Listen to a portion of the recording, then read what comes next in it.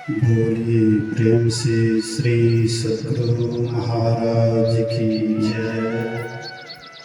श्री सद्गुरु महाराज की जय। श्री सद्गुरु महाराज की जय। अखंड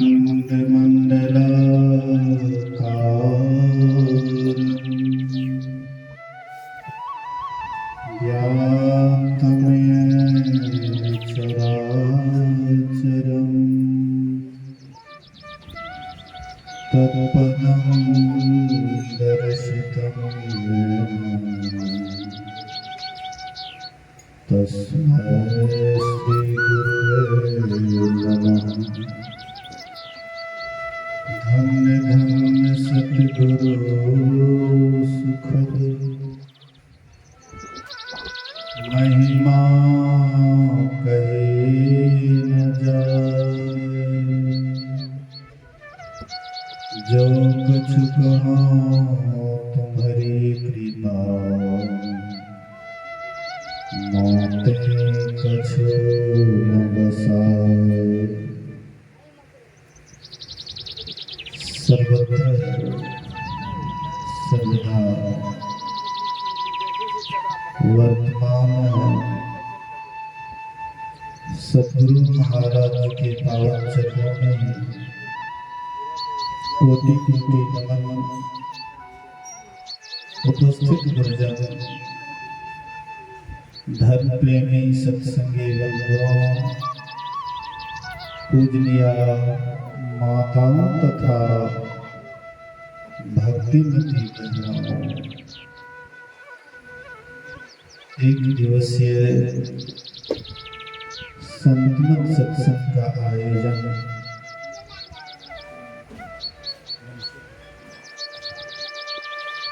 घनश्याम चौधरी जी के निवास स्थान पर द्वितीय पाली के अपराह्न कालीन में उपस्थित है। यह सत्संग 15 अगस्त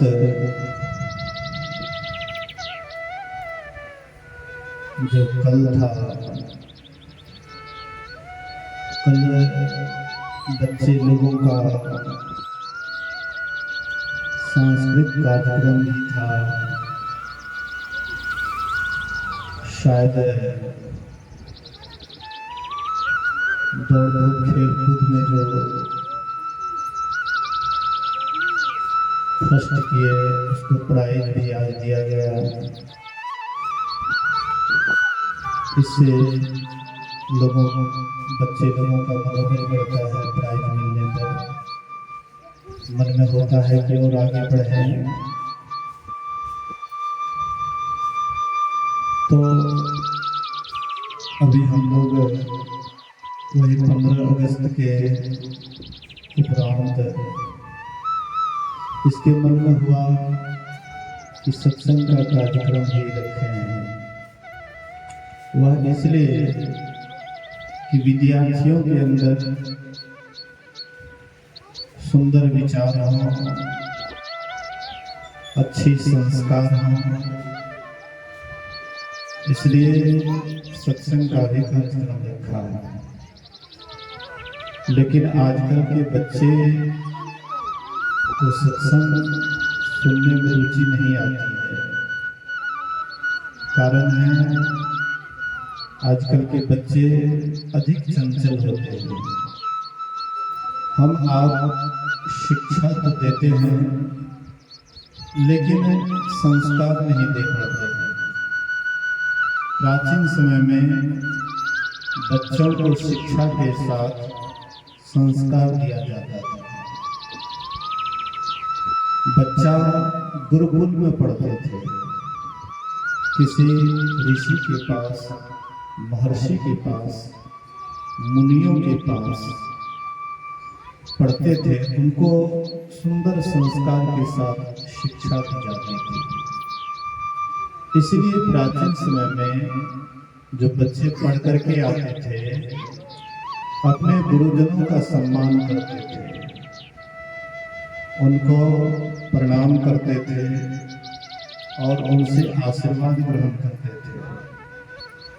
आजकल कोई भी बच्चा है, पढ़ लिख करके आता है, शिक्षा तो पाता है, लेकिन संस्कार उनके अंदर नहीं हो पाता है। क्योंकि आज जब से अंग्रेज इस भारत भूमि पर आए, तब से अंग्रेज अध्यात्म और भौतिक विद्या को अलग अलग कर दिए। पहले जमाने में अध्यात्म और भौतिक दोनों साथ साथ चलता था। जो भी विद्यार्थी पढ़ते थे उनको दोनों शिक्षा दी जाती थी, अध्यात्म ज्ञान भी और भौतिक ज्ञान। अध्यात्म ज्ञान और भौतिक ज्ञान में क्या अंतर है?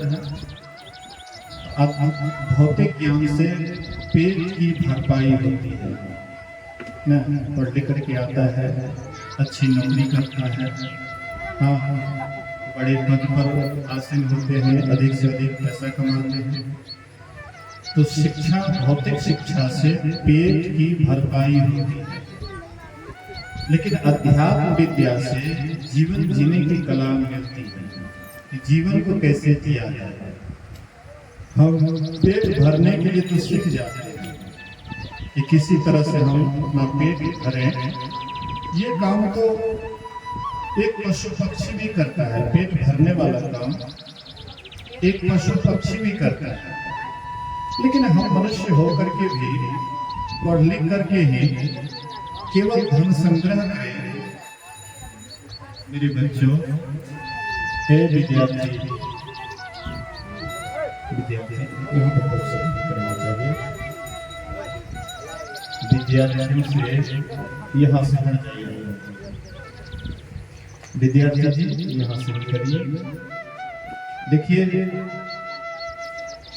हम अगर किसी को सहयोग नहीं कर सकते हैं तो बाधा भी नहीं डालना चाहिए। अगर हम सत्संग सुन नहीं सकते हैं तो सत्संग में बाधा भी नहीं देना चाहिए। हो सके तो सुनना चाहिए। आज तक नहीं सुने होंगे कि कोई सत्संग सुनने से बर्बाद हो गया है, या सत्संग सुनने से उनके अंदर में वो विचार आया है। अगर कोई विद्यार्थी सत्संग करते हुए अगर विद्यार्थी करता है तो वह विद्यार्थी का एक अलग ही विचार रहता है। कई विद्यार्थियों को मैंने देखा कि आश्रम के ऊपर हुए हैं, पटना में सब में देखे कि मतलब आश्रम की सेवा करते हुए पढ़ाई किए, आज नौकरी करते हैं, क्योंकि अपना बल भी उनको मिलता था और गुरुजनों का भी आशीर्वाद मिलता था। हम किसी की सेवा करते हैं, इससे बड़े गुरुजनों का आशीर्वाद मिलता है। नहीं, बड़े की सेवा करते उनके हृदय से न उनके प्रति सुंदर भाव जगता है कि हाँ, ये बच्चा बहुत बढ़िया है। और हर बच्चा चाहे मुंह से आशीर्वाद दे या ना दे, लेकिन उनका हृदय लेकिन जरूर द्रवित हो जाता है, हाँ हाँ बच्चा बढ़िया है। इसलिए हाँ, विद्यार्थी अगर दोनों काम करे तो अति उत्तम, नहीं करे तो कम से कम बाधा भी नहीं डाले। बोलिए श्री सद्गुरु महाराज की। तो मैं क्या कर रहा था?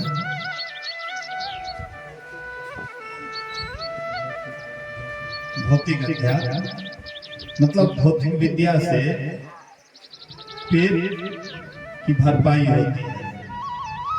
जो जितना भौतिक ज्ञान में बढ़े चढ़े हैं वो बढ़िया घर बना लेते हैं, आलीशान मकान बना लेते हैं, खाने की खूब सुंदर व्यवस्था कर देते हैं, पहनने के लिए बढ़िया बढ़िया कपड़ा पहनते हैं, सोने के लिए सोफा सेट, पलंग आदि आदि संसार की सारी सुविधा हासिल कर लेते हैं। लेकिन अध्यात्म ज्ञान के बिना सारी व्यवस्था ऐसे ही है जैसे एक मत लिखिए, खाली जीरो लिख दीजिए। तो जीरो का क्या महत्व? बिना पीछे में एक नहीं लिखे, खाली जीरो, जीरो का कोई महत्व नहीं रहेगा। अगर आपके पास में भौतिक सुख सुविधा है और आप अध्यात्म ज्ञान से भी जुड़े हुए हैं, तो आप आलीशान मकान में भी बड़ी सुख से रह सकते हैं। अगर आपके पास में भौतिक विद्या की सुविधा है, आलीशान मकान है, लेकिन अध्यात्म ज्ञान से हीन है, बड़ा से बड़ा मकान में भी रहिएगा तो अंदर से आप अशांत रहिएगा, अंदर से आप सुखी नहीं हो सकते। बाहर से सुखी कोई सुखी नहीं होता है, अंदर से जो सुखी होता है असल में वही सुखी है। कोई एक झोपड़ी में रह करके भी अपने आप में बड़े आनंदित रहते हैं, बड़ी सुखी रहते हैं, और कोई महल अटारी में रह करके भी दिन रात अशांत रहते हैं। इसीलिए कहते हैं अशांत सुख तो सुखम, जहाँ अशांति वहां कहाँ सुख है, जहाँ शांति है वही सुख। इसलिए शांति केवल भौतिक ज्ञान से नहीं, अध्यात्म ज्ञान से भी होता है। आज देख लीजिए अमेरिका के पास में बहुत धन है ना, अमेरिका एक नंबर धनियों के देश में आता है, लेकिन अमेरिका में सबसे अशांति है। लोग कोई भी ऐसे व्यक्ति नहीं है जो कहीं पर जा करके बैठते हैं, गपशप देते हैं, बच्चा से लेकर के बूढ़े तक, सब ड्यूटीफुल लगते हैं, सब नौकरी चाकरी करते हैं।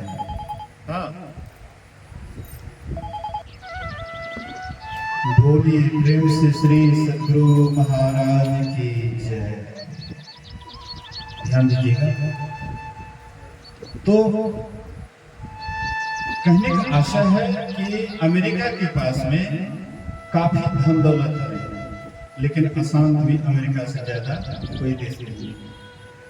अशांत भी उतना ही है जितना भौतिक धन की प्रचुर मात्रा बढ़ती है, उतना ही अशांति बढ़ता है।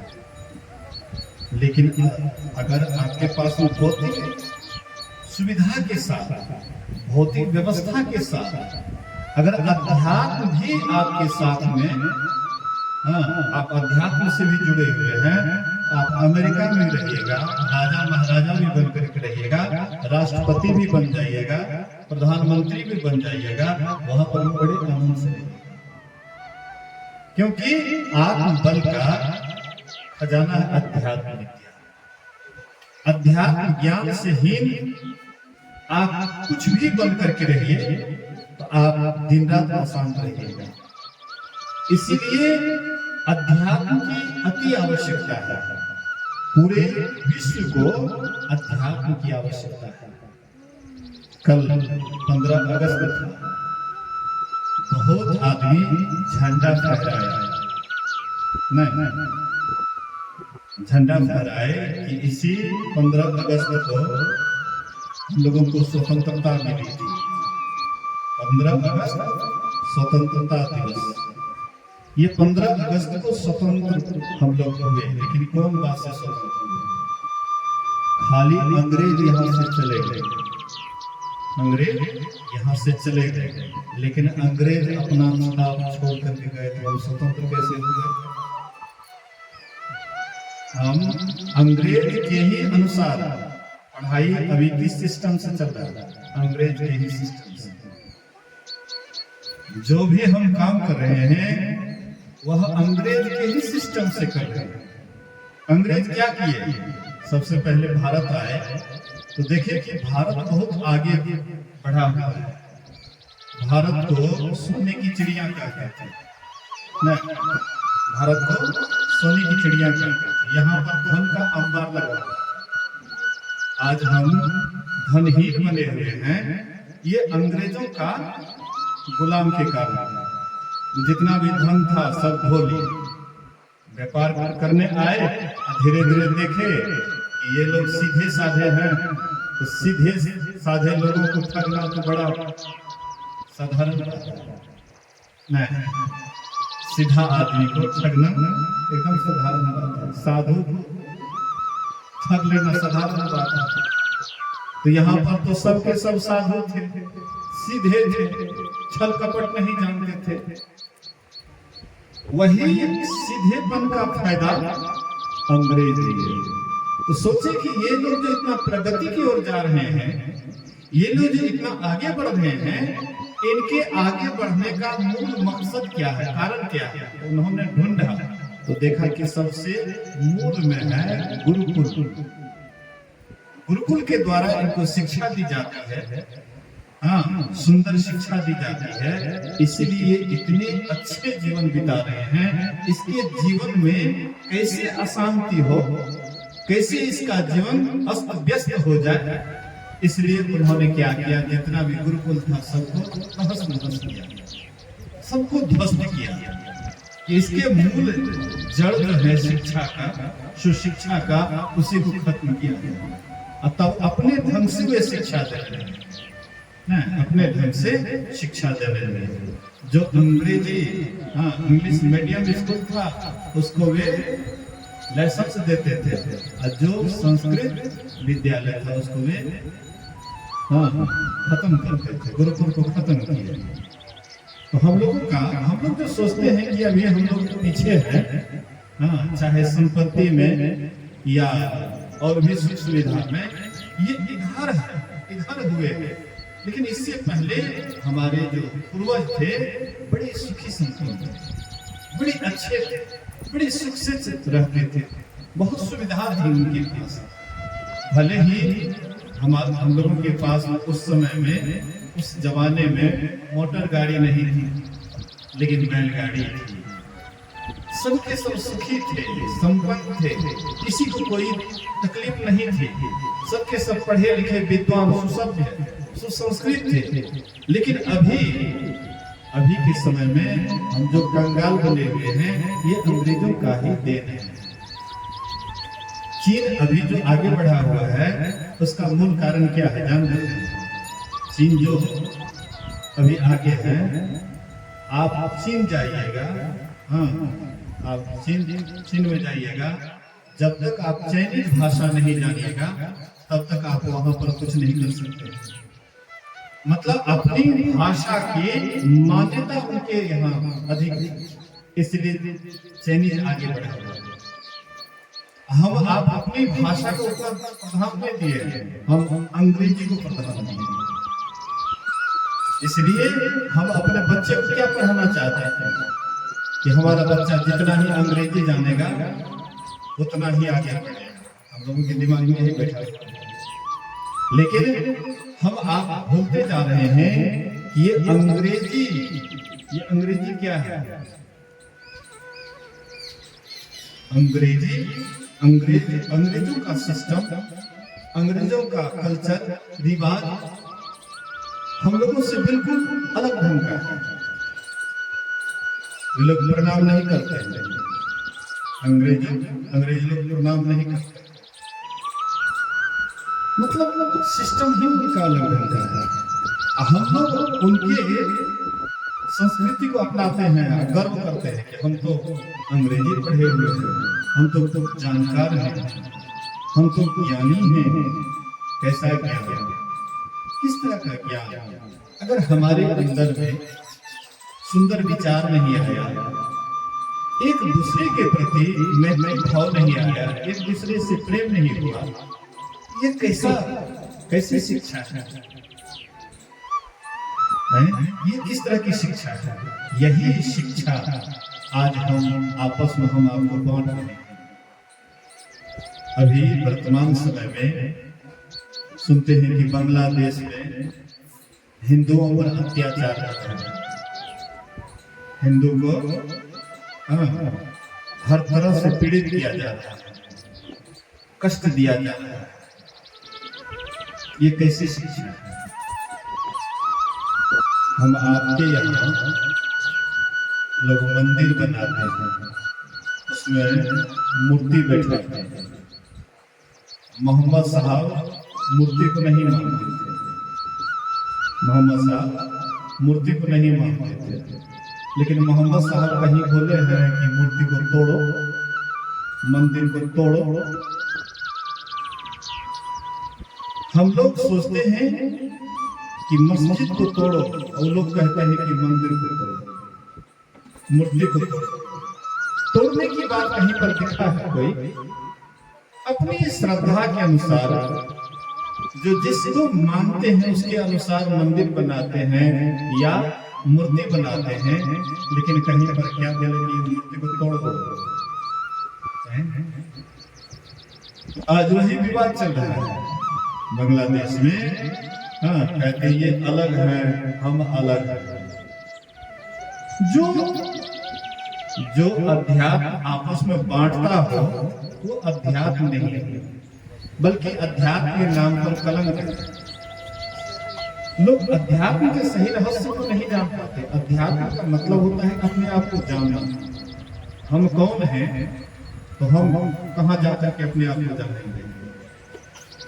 मंदिर एक है, मतलब जो अध्यात्म ज्ञान एक जगह है कि जहाँ जाकर के हम चिंतन कर सकते हैं, मनन कर सकते हैं, एकांत में बैठ सकते हैं, परमात्मा का ध्यान कर सकते हैं।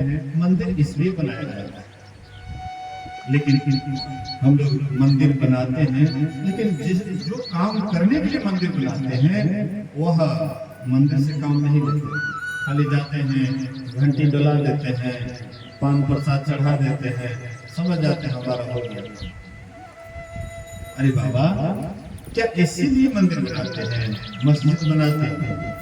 मस्जिद बना करके उसमें नमाज पढ़ लेते, अजान दे देते, नमाज पढ़ लेते, बस वहां पर कभी जाकर के एकांत में बैठ करके अपने अंदर में अगर हिंदू धसेगा वही अपने को पाएगा, मुसलमान अगर अपने अंदर धसेगा वह भी अपने को पाएगा, और जो अपने को पा लेगा उनको मंदिर मस्जिद में अंतर बुझाएगा कि मंदिर अलग है, मस्जिद अलग है। वो कहेगा मंदिर को तोड़ो कि मस्जिद को तोड़ो, उनके अंदर ये भाव ही खत्म हो जाएगा। क्योंकि जो अपने को जानेगा तो सबको जान लेंगे, और जो अपने को नहीं जानेगा वो किसी को नहीं जानेगा। और जो अपने को नहीं जानेगा वही मंदिर तोड़ने की बात करेंगे, वही मस्जिद तोड़ने की बात करेंगे, वही कहेंगे इसको मारो, वो कहेंगे उसको मारो। ये नास्तिक है, वे आस्तिक है। ये नास्तिक आस्तिक क्या होता है? आप अपनी श्रद्धा के अनुसार, लोग अपनी श्रद्धा के अनुसार किसी को मानते हैं। कोई अल्लाह को मानते हैं और कोई राम को मानते हैं, तो राम को मानने वाले नास्तिक हो गए, अल्लाह को मानने वाले आस्तिक हो गए। मुसलमानों के अंदर होता है ये अल्लाह को नहीं मानता है इसलिए नास्तिक है, काफिर है, नास्तिक है। और हिंदू सोचेगा कि ये राम को नहीं मानता है इसलिए, अल्लाह को मानता है इसलिए नास्तिक है। तो क्या ये सही है? अरे कोई राम को माने या अल्लाह को माने या किसी को भी माने, गॉड को माने, इससे कोई अंतर नहीं पड़ता है। लेकिन मजहब के कारण, संप्रदाय के कारण आपस में हम बैर करते हैं। हम एक दूसरे का गर्दन काटने के लिए तैयार हो जाते हैं। ये अलग है, हम अलग हैं, बंटवारा करने के लिए चाहते हैं। लेकिन कभी भी ये नहीं कहते हैं कि परमात्मा जैसे मुंह कान हमको बनाया, हिंदू को जैसे मुंह कान दिया है वैसे मुसलमान को मुंह कान नहीं है। यही आंख मुसलमान को भी, हमको भी यही आंख है। भारत के लोग भी इसी आंख से देखते हैं और अमेरिका इंग्लैंड के लोग भी यही आंख से देखते हैं। सबके अंदर में तो एक ही चीज है, दूसरा है कहाँ? खुद ही खुदा है। हमारे अंदर जो हम खुद हैं यही खुदा है। लेकिन हम बाहर में जैसे नजर करते हैं तो देखते ये अलग है, वो अलग है, इसलिए इसको मारो, उसको बचाओ। मुसलमान है तो ये हमारा भाई है, हिंदू है तो ये हमारा पराया है, ये हमारा भाई नहीं है। ये कैसी संप्रदाय की झगड़ा है, ये कैसी मजहब की झगड़ा है। और जो बाहर में झगड़ेंगे वो समझिए कभी भी वो अध्यात्म ज्ञान के पथिक नहीं रहेंगे, वो अध्यात्म ज्ञान को नहीं जानता है।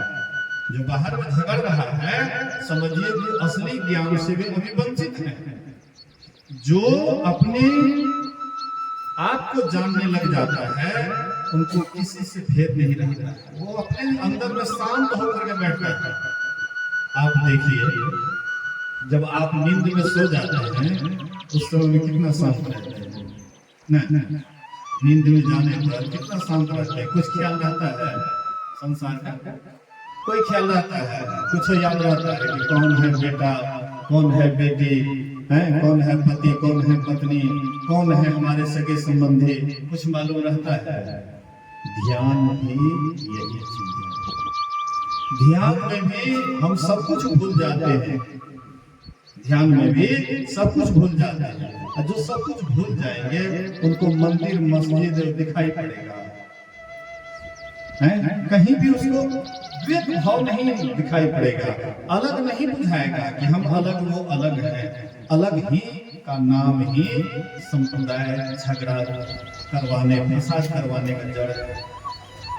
लोग कभी भी ये समझना नहीं चाहते हैं कि अगर कोई हिंदू है, ये नहीं समझना चाहते कि मुसलमान जो करता है वो अपने अनुसार ठीक करता है, अपने समझ के अनुसार ठीक करता है। मुसलमान भी ये नहीं समझना चाहता है कि वे भी अपने बुद्धि विवेक के अनुसार जो करता है वो बढ़िया करता है। लेकिन ये बात कोई नहीं सोचता है, लेकिन ये कहता है कि हम जो करते हैं तो ठीक करते हैं और जो करता है तो गलत करता है। इसलिए नहीं एक दूसरे को मारने काटने के लिए तैयार रहते हैं। हम जो करते हैं तो ठीक करते हैं और दूसरा जो करता है वो गलत करता है। हम अपने बुद्धि के अनुसार दूसरे को तोलते हैं, दूसरे की तुलना करते हैं। हाँ, कोई मस्जिद में जाता है नमाज पढ़ने के लिए, नमाज पढ़ने वाला सोचता है कि हम जो करते हैं हमसे बढ़िया शायद ही कोई करता होगा। अरे हिंदू को क्या ज्ञान है, उनको क्या ज्ञान है, हिंदू को ज्ञान है, इसलिए जाता मूर्ति पूजने के लिए। और जो मूर्ति पूजा करने वाले हिंदू वो सोचते हैं कि मुसलमान को कोनो ज्ञान है ना, वहां पर मूर्ति है ना कुछ है, और देखो वहां पर जाकर के नमाज पढ़ते। सच की बात है, जो मूल है, जड़ में जो महापुरुष होते हैं वे कुछ सोच करके उपदेश करते हैं और उसका हम अर्थ और अलग ढंग से करते हैं, वो अपने ढंग से हम कर लेते हैं। हम अपने ढंग से उसका अर्थ करते हैं। कुरान का अर्थ मौलवी अपने ढंग से करता है, वेद उपनिषद का अर्थ पंडित अपने ढंग से करता है। पता नहीं, लेकिन सबका अगर बढ़िया से देखा जाए, सबके जड़ में वही ज्ञान है। असली ज्ञान सबके जड़ में है। कुरान भी अपने अंदर धंसने के लिए बतलाता है, वेद भी अपने अंदर ही धंसने के लिए बतलाता है। वेद पुराण कहो किन झूठा, झूठा जो न विचारा। कबीर साहब कहते हैं कि वेद पुराण अगर कहता है कि कोई झूठा है तो झूठा हुआ है जो इस पर विचार नहीं करता है। कुरान कोई गलत नहीं कहता है। कुरान क्या कहता है? गलत कहता है। कुरान क्या कहता है? जिसके मुंह में बोली नहीं उसके गला को काटो। कुरान यही कहता है। कुरान कहता है कुर्बानी देने। कुर्बानी किसका देने के लिए? बकरा का है। मुसलमान सोचता है कि कुर्बानी दो तो इसका मतलब बकरे का कुर्बानी दो। हिंदू सोचता है कि देवी को मतलब जो है बलि दो। मतलब खुदा को हम अपने ढंग से बनाते हैं, देवी देवता को हम अपने ढंग से गढ़ते हैं। कहीं कोई देवी देवता मांस मछली खाता है, खुदा कभी बकरा बकरी खाता है। लेकिन पता नहीं, हम अपने समझ के अनुसार हम भगवान को गढ़ते हैं, हम भगवान को बनाते हैं और उसका अर्थ भी अपने ढंग से करते हैं। कुरान का अर्थ हम अपने ढंग से करते हैं, बाइबल का अर्थ हम अपने ढंग से करते हैं, वेद उपनिषद का अर्थ हम अपने ढंग से करते हैं। मतलब हम जिस हालत में जीते हैं उसी हालत में हम उसका अर्थ करते हैं। लेकिन अगर मोहम्मद साहब जिस हालत में जीते थे और जिस हालत में जी करके कुरान का आयत लिखा था, उस ढंग में अगर हम जिए तो सही अर्थ तभी हम कर पाएंगे। कुरान का अर्थ तभी हम ठीक से कर पाएंगे। मोहम्मद साहब जिस स्थिति में गए थे, जो हालत उनको अंदर धंसने पर हुई थी, वह हालत हमारी जब होगी तो हम सही अर्थ कर पाएंगे। इसलिए रामचरितमानस में है, खग जाने खग ही के भाषा, मतलब पक्षी ही पक्षी के भाषा को समझ सकते हैं। ऐसे कोई संत जो कुरान लिखा है, कोई फकीर औलिया पैगंबर जो कुरान लिखा है, जब तक हम उस ढंग के नहीं हो जाएंगे, हम भी वैसे प्रभावशाली नहीं हो जाएंगे, हम भी उस साधना में आगे नहीं बढ़ जाएंगे, हम भी औलिया नहीं हो जाएंगे। हम सोचते हैं कि कोई एक ही औलिया हुआ था और आगे कोई औलिया हो नहीं सकता है। कोई फकीर जो हुआ है वह हो गया, लेकिन अब नहीं हो सकता है। लेकिन नहीं, हम भी वह हो सकते हैं जो मोहम्मद साहब हुए, वैसे हम भी हो सकते हैं।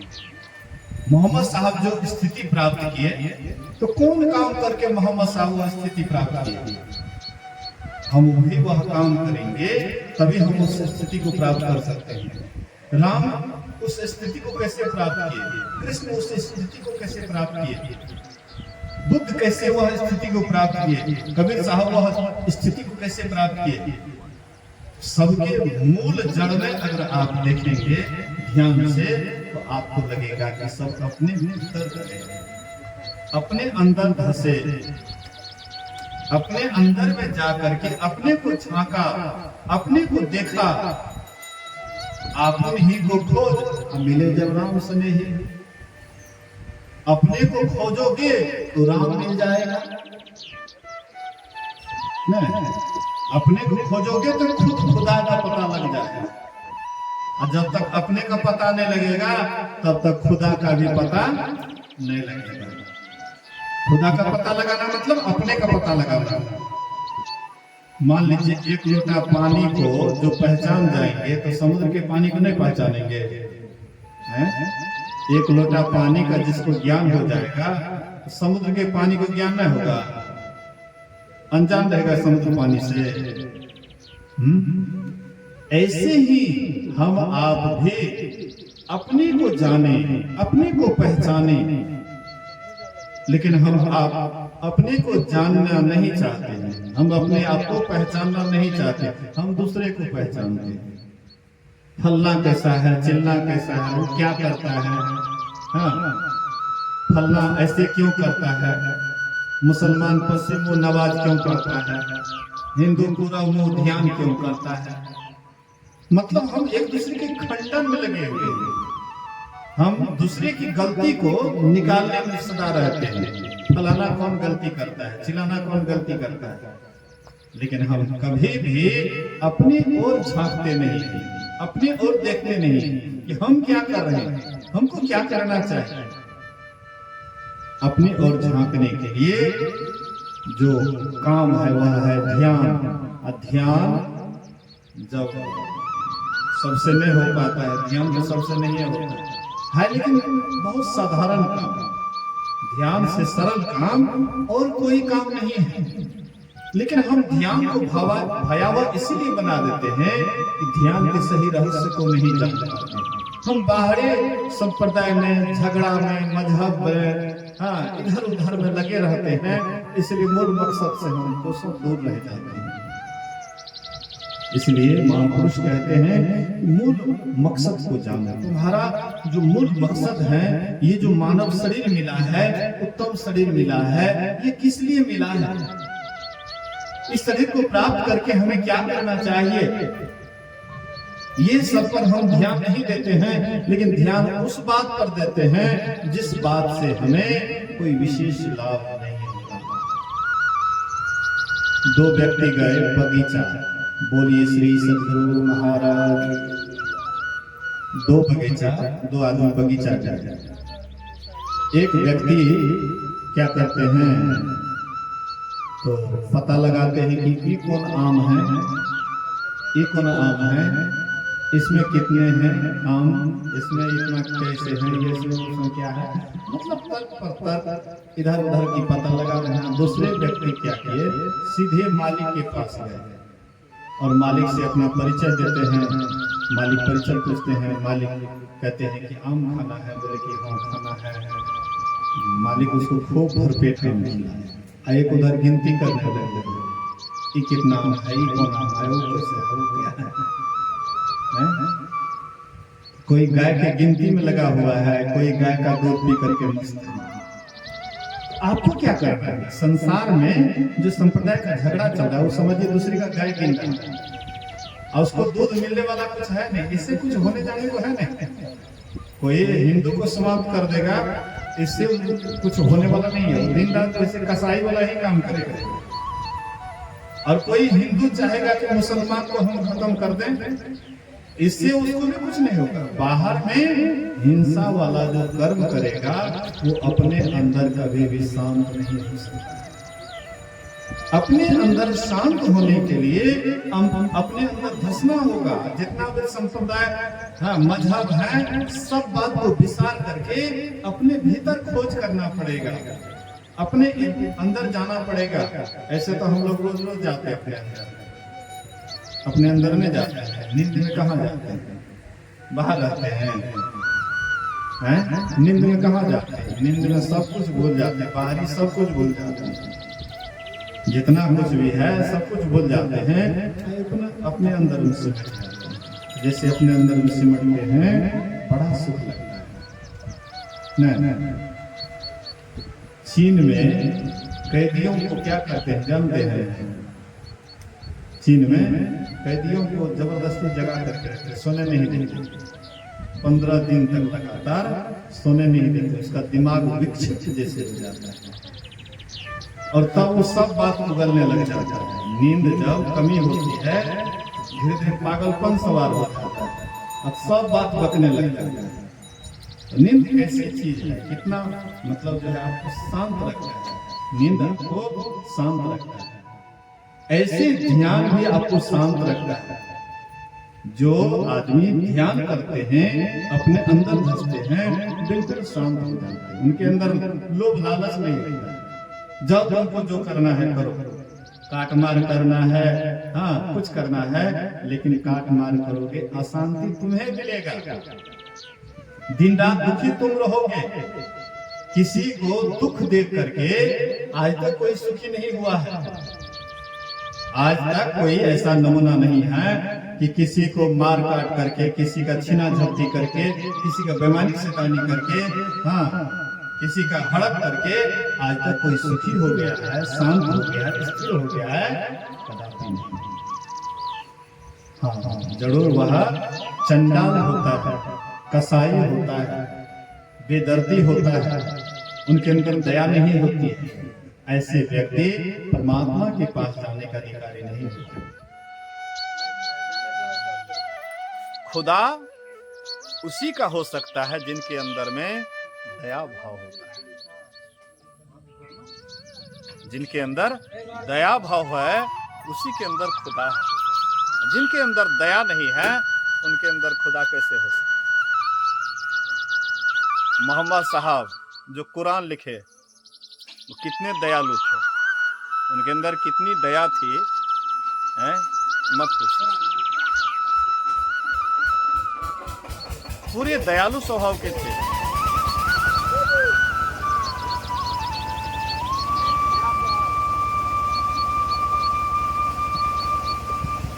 बोलिए प्रेम से श्री सद्गुरु मोहम्मद साहब कितने दयालु स्वभाव के थे। एक दिन मोहम्मद साहब के यहाँ एक मेहमान आए। मेहमान होता है, हाँ मेहमान आए। तो मेहमान क्या करते हैं,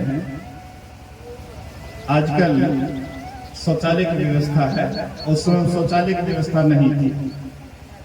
मेहमान रात में भोजन किए, हो सकता है उसका पेट गड़बड़ हो गया होगा, तो बेचारे जा नहीं सके। जहाँ सोते थे वहीं पर अगल बगल में हाँ पैखाना करते। मोहम्मद साहब गए घर की सफाई के लिए, तो देखते हैं और मोहम्मद साहब किसी से बोले भी नहीं कि साफ कर दो। अपने से गए, तवा पर रख लिए, शौच को उस पर रखे, बोले कि मित्र तुम ही जानते हो, मैं ही जानता हूँ। मोहम्मद साहब बोले मित्र तुम ही जानते हो, मैं ही जानता हूँ। हाँ, इसके लिए किसी को कहना होना नहीं है। मतलब उनके शौच को साफ करके एक बार भी शिकायत नहीं की कि तुमने ऐसा किया वैसा किया, गंदा कर दिया मेरे घर में, नहीं। और कोई रहता तो बहुत उसको उससे कुछ कहता, डांटते फटकारते, घर से निकाल देते, भागो तुमने ऐसा क्यों किया। लेकिन उनके अंदर देखिए कितना दया भाव, कितनी दयालुता, कि मतलब चुपचाप फेंक दिए लेकिन कोई शिकायत नहीं। मोहम्मद साहब कहते थे कोई तुमको थप्पड़ मारे तो दूसरा भी गाल दे।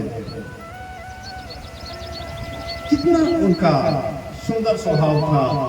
जब तक आपके अंदर ऐसी दया भाव नहीं आएगी, आप क्या सोचते हैं कि किसी को हम खत्म करके हैं, हम खुदा के दीदार, हम खुदा का दीदार कर लेंगे।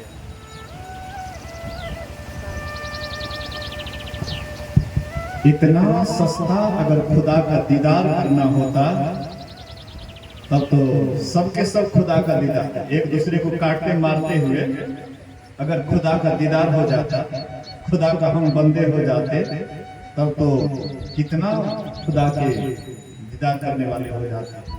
लेकिन नहीं, खुदा का दीदार वही कर सकता है जिनके अंदर, सबके अंदर जो खुदा को देखता है, जिनके सबके अंदर जो खुदा को देखता है कि सब में खुदा है, सभी खुदे के बंदे हैं, चाहे कोई भी जाति हो, कोई भी पार्टी हो, उससे कोई अंतर नहीं पड़ता है। हिंदू हो या मुसलमान, सबके अंदर खुदा है, खुद खुद में खुदा है। एक है गुरु महाराज जी को मौलवी से भेंट हो जाता है, नहीं, मौलवी से, गुरु महाराज जी से मौलवी को भेंट हो जाता है। तो मौलवी पूछते हैं गुरु महाराज से कि आपके हिंदू धर्म में तो बहुत देवी देवता को मानते हैं, बहुत भगवान को मानते हैं। तो गुरु महाराज कहते हैं कि हमारे धर्म में बहुत देवी देवता को मानते हुए भी एक को ही मानते हैं, एक ही परमात्मा सबके अंदर में है। तो अनेक में एकता देखते थे। बोले कि वो कैसे? मौलवी साहब कहते हैं ये आपका शरीर है। बोले कि ये बात क्या कहते हैं? मेरा शरीर है, ये है। गुरु महाराज कहते हैं आपका शरीर कैसे है? मौलवी साहब कहते हैं मैं इसमें रहता हूँ, मैं इसमें रहता हूँ इसलिए मेरा शरीर है। बोले कि जो सब शरीर में रहता है, जो सब शरीर में रहता है, तो सब शरीर उसका हुआ कि नहीं हुआ? बोले कि हाँ वो तो हुआ। तो खुदा खुद खुद में रहता है, सब में रहता है, तो कहो सब शरीर खुदा के है नहीं। और किसी भी तरह से हम उसको पूजते हैं तो खुदा को ही पूजते हैं कि और किसको पूजते हैं? एक ही ईश्वर को पूजते हैं ना जी। कहने का मतलब है हम एक घर में रहते हैं तो ये हमारा घर है, जो सब घर में रहता है तो सब घर तो उसी का न हुआ है। इसलिए हाँ, हम आपके समझ में फेर हैं, बुद्धि विवेक में फेर हैं, लेकिन हम अपने बुद्धि की कमी को समझ तो नहीं पाते हैं और थोपते हैं दूसरे को। ना अपने ना समझी को हम समझते नहीं हैं और दूसरे के ऊपर थोपते हैं, दूसरे के कमी को हम निकालते हैं, अपना कमी कभी झलकता नहीं। हम किसी को उंगली दिखाते हैं, उंगली बताते हैं कि तुम में ये कमी है, तो हम जो उंगली बता रहे हैं कि एक उंगली किसी के ऊपर किसी को दिखा रहे हैं, लेकिन 3 उंगली हमें इशारा कर रहा है कि तुम कैसे।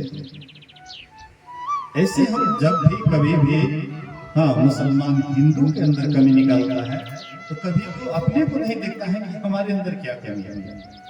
कोई हिंदू अगर मुसलमान का कमी निकालता है तो अपने अंदर कभी नहीं देखता है कि हमने क्या कमी है।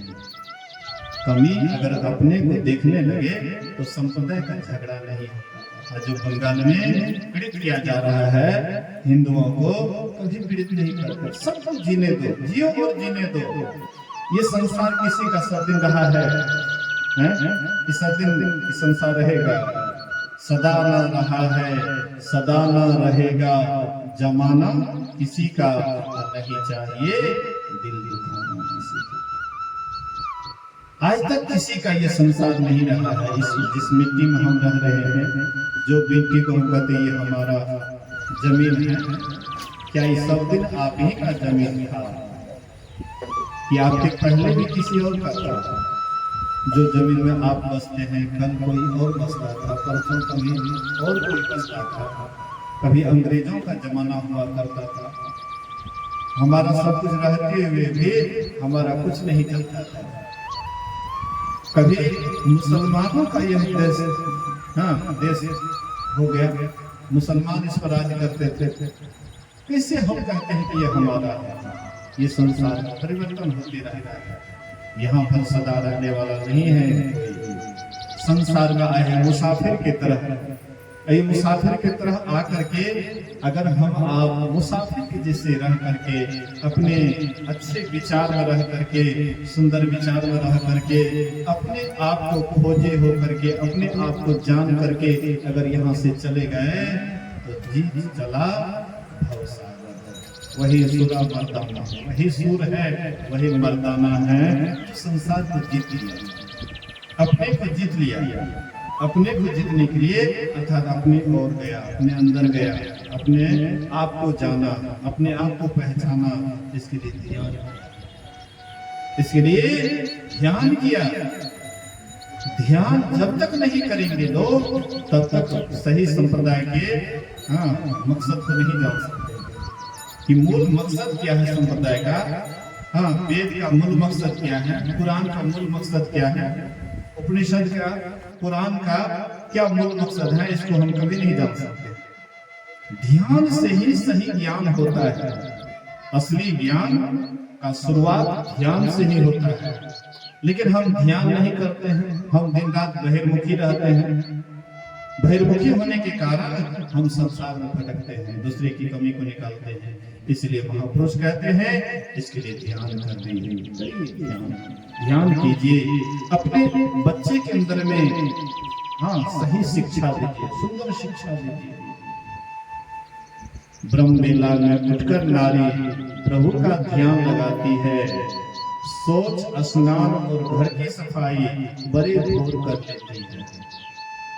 जो अच्छी नारी होती है, जो सुंदर नारी होती है, शुभ संस्कार वाली होती है, वह ब्रह्म मुहूर्त में उठ जाती है और अपने बच्चे को सुंदर शिक्षा देती है, अच्छे विचार देती है, अच्छा रास्ता दिखाती है।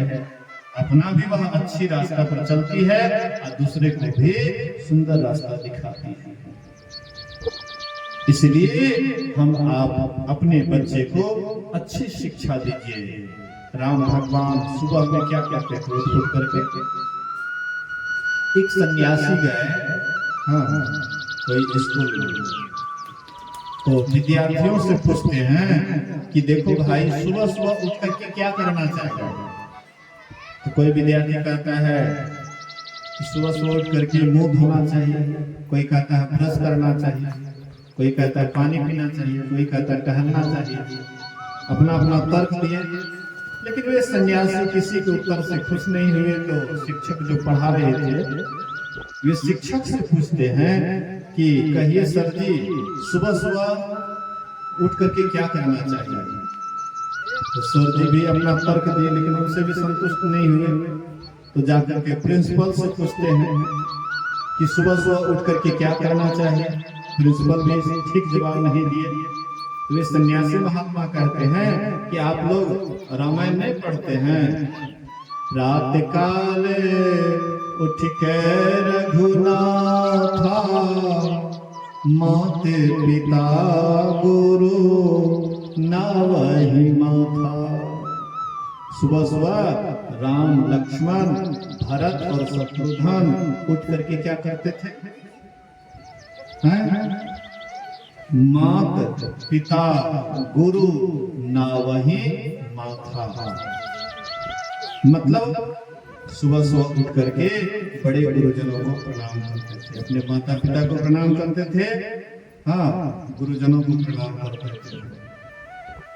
आज विद्यार्थी सुबह सुबह उठता है लेकिन प्रणाम करने में लग जाता है, सोचता है कि लोग क्या कहेंगे, हम छोटे हो जाएंगे। मतलब सही रहस्य को वे समझ नहीं पाते हैं, इसलिए लज्जा आती है। विद्या से विनय आता है, नम्रता आती है। आज जो विद्या आपको घमंडी बनाता है, आपके अंदर घमंड पैदा करता है, ये असली विद्या है, नकली विद्या है। इसलिए अध्यात्म के साथ, भौतिक विद्या के साथ अध्यात्म ज्ञान को भी जो जोड़ देते हैं, वे विद्यार्थी विद्या अध्ययन करते हुए भी ध्यान करते हैं, शांत रहते हैं, स्थिर रहते हैं। और वे हाँ जहाँ भी जाते हैं उनका यशगान होता है। राम जी जहाँ भी जाते तो उसका यशगान होता था, इसलिए कि हाँ मतलब वो अपने को कभी नहीं कहते थे कि हम इतने बड़े भगवान हैं या ऐसे हैं या वैसे हैं। राम जी कभी बोले हैं, एकदम छोटे बन करके रहते थे। बड़े बड़ाई ना करे, बड़े न बोले न बोल, रहीमन हीरा कब कहे, लाख टका मोल। हीरा कभी बतलाता है कि हम अनमोल हैं, हमारा दाम बहुत है। हीरा कभी अभी अपने मुंह से बखान करता है, हीरा कभी नहीं कहता है कि हम अनमोल हैं, लेकिन जो हीरा को परखने वाले हैं वे कहते हैं हीरा अनमोल है। ऐसे जो विशेष व्यक्ति होते हैं वे कभी भी अपने को नहीं कहते हम विशेष हैं, लेकिन लोग उसको उनके व्यवहार से, उनके आचार से, उनके विचार से कहते नहीं विशेष है। झुकने लग जाते हैं, उनके चरणों में झुकने लग जाते हैं कि आह बड़े महान, इनके चरणों में झुकना चाहिए। इनके चरणों में झुकने से हमें लाभ होगा। लोग झुकते कम हैं, जब लाभ देखते हैं तभी झुकते हैं। लोग सर जी को प्रणाम क्यों करते हैं? देखते हैं सर जी के पास में विद्या, इसलिए प्रणाम करते हैं। महात्मा के पास लोग क्यों झुकते हैं? इसलिए देखते हैं कि महात्मा के पास में कोई विशेष गुण, हमसे विशेष गुण है, इसलिए झुकते हैं। इसलिए संत महात्मा कहते हैं, महापुरुष कहते हैं कि हम आपको अपने बच्चे को सही शिक्षा दें, अच्छी शिक्षा दें, सुमार्ग बताओ, अच्छा मार्ग बताओ। हाँ, अगर अच्छे मार्ग को पकड़ करके चलेंगे, अच्छे रास्ते को पकड़ करके चलेंगे, तो आप भी शांति से रहेंगे, आपका बाल बच्चा भी शांति से रहेगा, हैं? और आपके घर में शांति विराजेगी। जहाँ शांति रहती है वहीं पर लक्ष्मी का आगमन होता है, भगवान वहीं पर रहते हैं।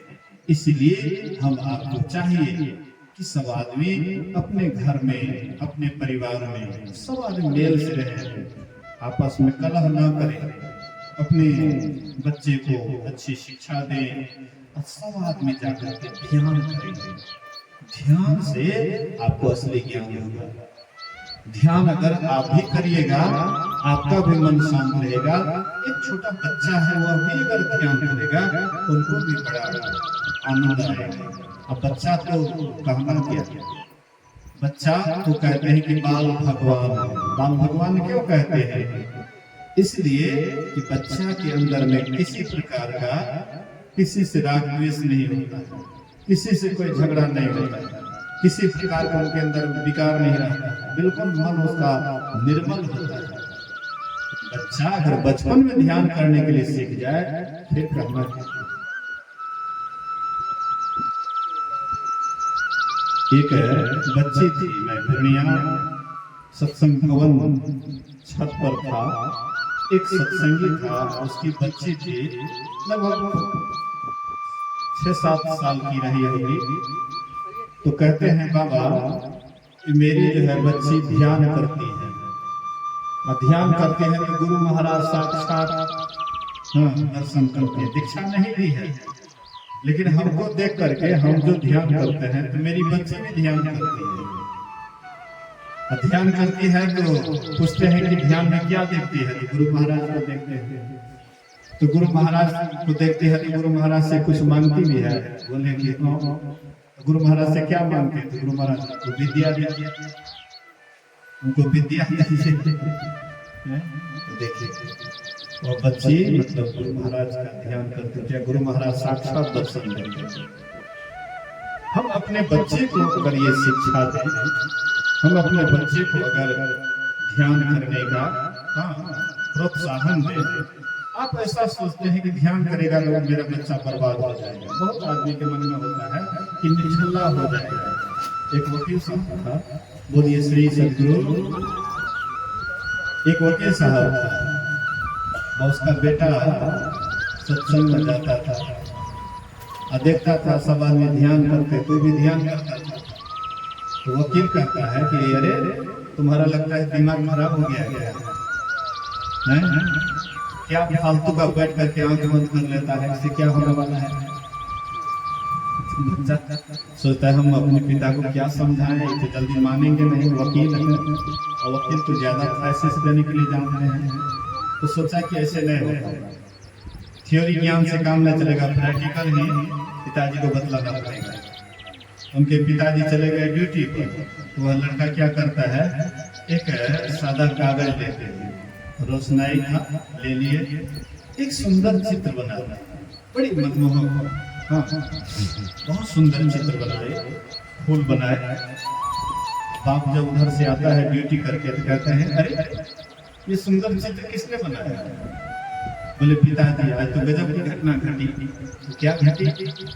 बोले कि जोरों का तूफान आया, अलमारी का पर्दा अपने आप खुल गया, एक सादा कागज उठते हुए आ गया, रोशनाई का डब्बा था उलट गया, ये सुंदर चित्र बन गया। मूर्ख हमको समझाता है, हमको समझाता है आंधी आया, कागज उड़ते हुए आ गया, रोशनाई का डब्बा था उलट गया, सुंदर चित्र बन गया। हमको कहता है अरे कोई बनाने वाले हैं, इतना सुंदर जो चित्र बना है कोई बनाने वाले हैं। बोले कि इसी तरह से पिताजी मैं भी उसी परमात्मा का ध्यान करता हूँ जो हमको बनाया है, आपको बनाया, पूरा दुनिया को बनाया, जो पूरा दुनिया को बनाया है उसका हम ध्यान करते हैं। हम आपको भी उसी का ध्यान करना चाहिए। वह एक ही एक है, इसलिए मतलब मुसलमानों के लिए खुदा अलग हो जाता है,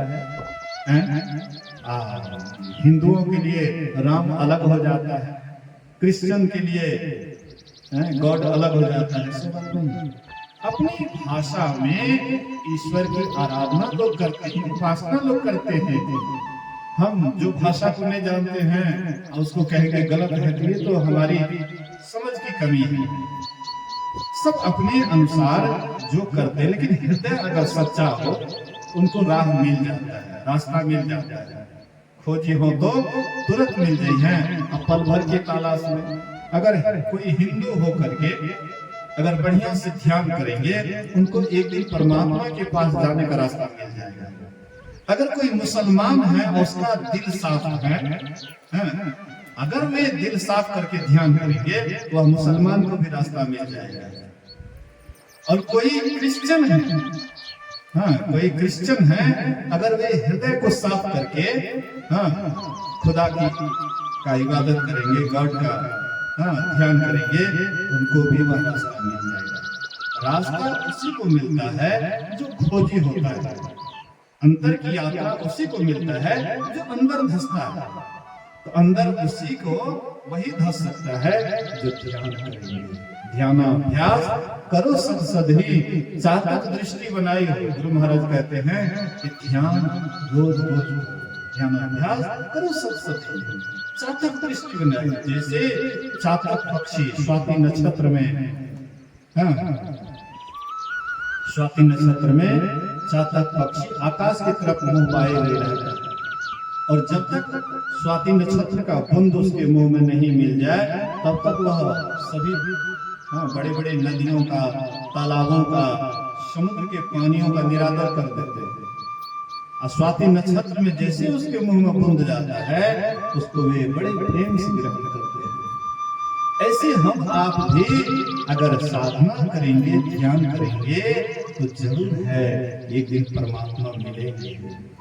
करो तो मैं साधना मन से, सफलता हाथ है तेरे।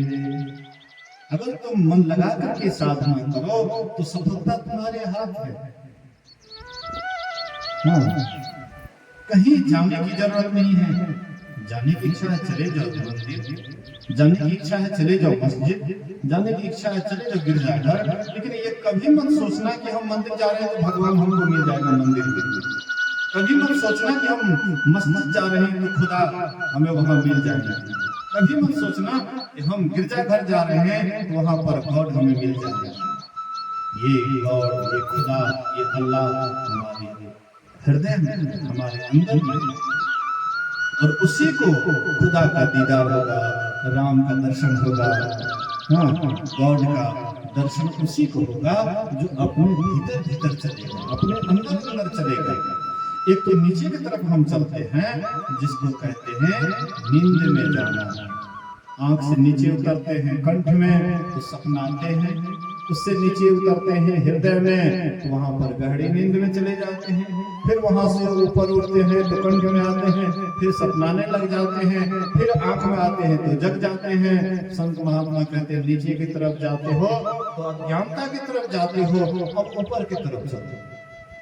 ध्यान में ऊपर की तरफ चला जाता है और नींद में नीचे की तरफ चला जाता है। नींद में बेहोशी होती है, होश नहीं रहता है कि हम कहाँ सोए हैं, किस बिस्तर पर सोए हैं, कैसी स्थिति हमारी है, ये सब होश नहीं, बेहोश रहते हैं। लेकिन जब हम ध्यान में जाते हैं, ऊपर की तरफ जाते हैं तो हम होश में रहते हैं। सपना में अगर कोई मिश्री, हाँ, मिश्री खाए तो उसमें मिश्री का स्वाद लगेगा, लेकिन जब तक सपना में है तभी तक मिश्री का स्वाद रहेगा, और जग जाएगा तो मिश्री का स्वाद रहेगा। और अगर आप ध्यान में हैं, ध्यान में अगर आपको सुख मिल रहा है, आप खुद जानते हैं कि हमको सुख मिल रहा है। नींद में जाते हैं आपको सुख मिलता है, लेकिन आप बेहोश रहते हैं, आप जान नहीं पाते हैं कि हमको सुख मिलता है, शांति मिलती है। लेकिन ध्यान में जाने के बाद आपको प्रत्यक्ष में लगता है कि हम सुखी हैं, हमको बड़ा सुख मिल रहा है, बड़ा आनंद मिल रहा है। ये कैसे मिलेगा? यही युक्ति संत महात्मा बतलाते हैं, और ये काम सबको करने योग्य है, सबको करना चाहिए। हाँ, कोई भी है, किसी जाति के हैं, स्त्री हैं, पुरुष हैं, हाँ, बच्चे हैं, जवान हैं, बूढ़े हैं, कोई अंतर नहीं पड़ता है। ना जाति से अंतर पड़ता है और न कोई, हाँ, मजहब से अंतर पड़ता है, बस अंतर पड़ता है ध्यान करने से। तो जो भी ध्यान साधना करेंगे, जो भी अपने अंदर चलेंगे, उनको एक न एक दिन ईश्वर परमात्मा का दर्शन होगा, उसी का साक्षात्कार वही आदमी करेंगे और उसी का जीवन सार्थक और सफल होगा। ये जो सत्संग करवाए हैं बहुत सुंदर काम किए हैं। मैं गुरु महाराज से प्रार्थना करता हूँ कि इनके अंदर गुरु महाराज के प्रति, परमात्मा के प्रति दिन प्रतिदिन आस्था विश्वास बढ़े, और साथ ही साथ जिस मकसद से ये सत्संग करवाए हैं उस मकसद में भी आगे बढ़े। इस शुभ वचन के साथ हम आप एक बार गुरु महाराज जी का जय जयकार बुलंद आवाज में करें। बोलिए प्रेम से श्री सद्गुरु महाराज की जय।